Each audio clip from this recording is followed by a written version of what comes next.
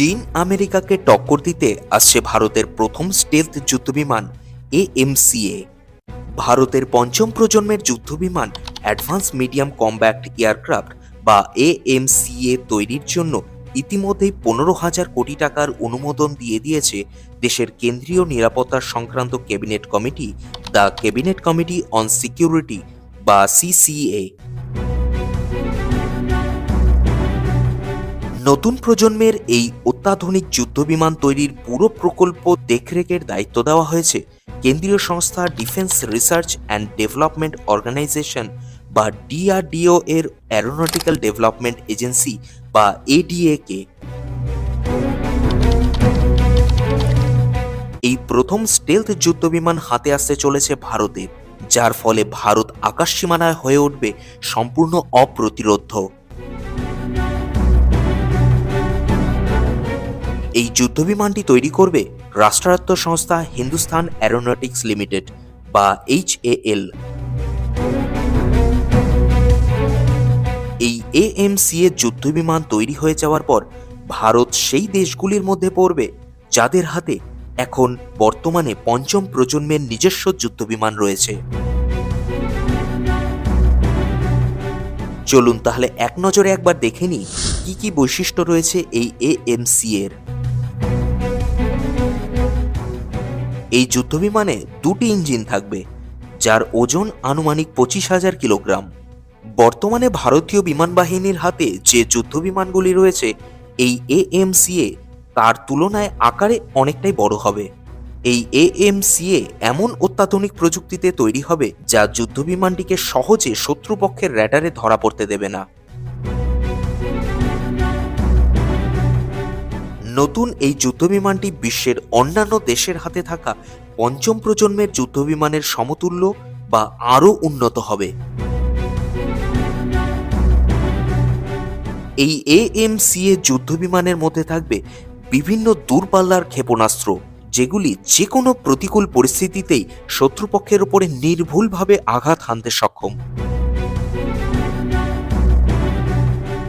আর এই অস্ত্রগুলির মধ্যে বেশিরভাগটাই ভারতের নিজস্ব প্রযুক্তিতে তৈরি। এছাড়াও বিমানটির মধ্যে থাকবে 6,500 লিটার জ্বালানি ধারণে সক্ষম একটি বিরাট বড় ফিউল ট্যাঙ্ক। AMCA Mk1 যুদ্ধবিমানে থাকবে 90 কিলো নিউটন শ্রেণীর আমেরিকান GE414 ইঞ্জিন। অন্যদিকে আরও উন্নত AMCA Mk2 যুদ্ধবিমান উড়বে 110 কিলো নিউটন ইঞ্জিনে, যা বিদেশি প্রতিরক্ষা সংস্থার সহযোগিতায় ভারতের DRDOর একটি সংস্থা তৈরি করবে। জানা গিয়েছে AMCA Mk2 যুদ্ধবিমানটির ইঞ্জিন তৈরির জন্য ফ্রান্সের সাফরান SA সংস্থার সঙ্গে কথা বলছে ভারত।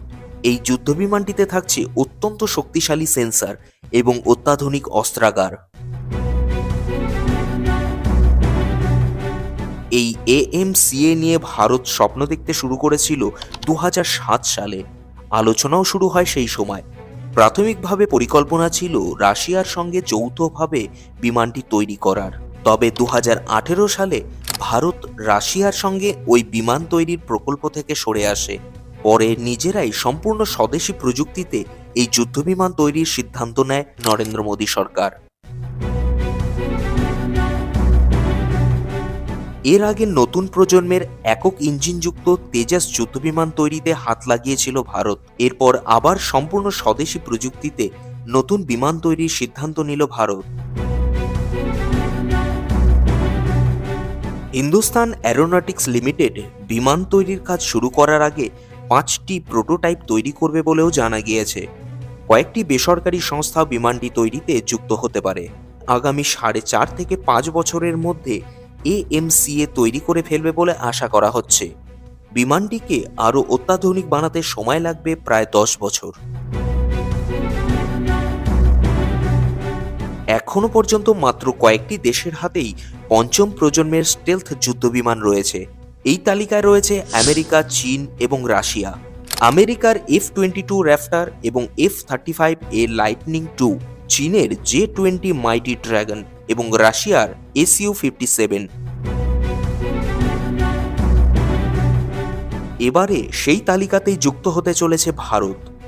ভারতীয় বায়ুসেনার হাতে বর্তমানে 30টি যুদ্ধবিমানের স্কোয়াড্রন রয়েছে এবং এর সাথে অত্যাধুনিক পঞ্চম প্রজন্মের এই যুদ্ধবিমান অ্যাডভান্স মিডিয়াম কম্ব্যাট এয়ারক্রাফট হাতে এলে আকাশ সীমানায় সম্পূর্ণ অপ্রতিরোধ্য হয়ে উঠবে ভারত।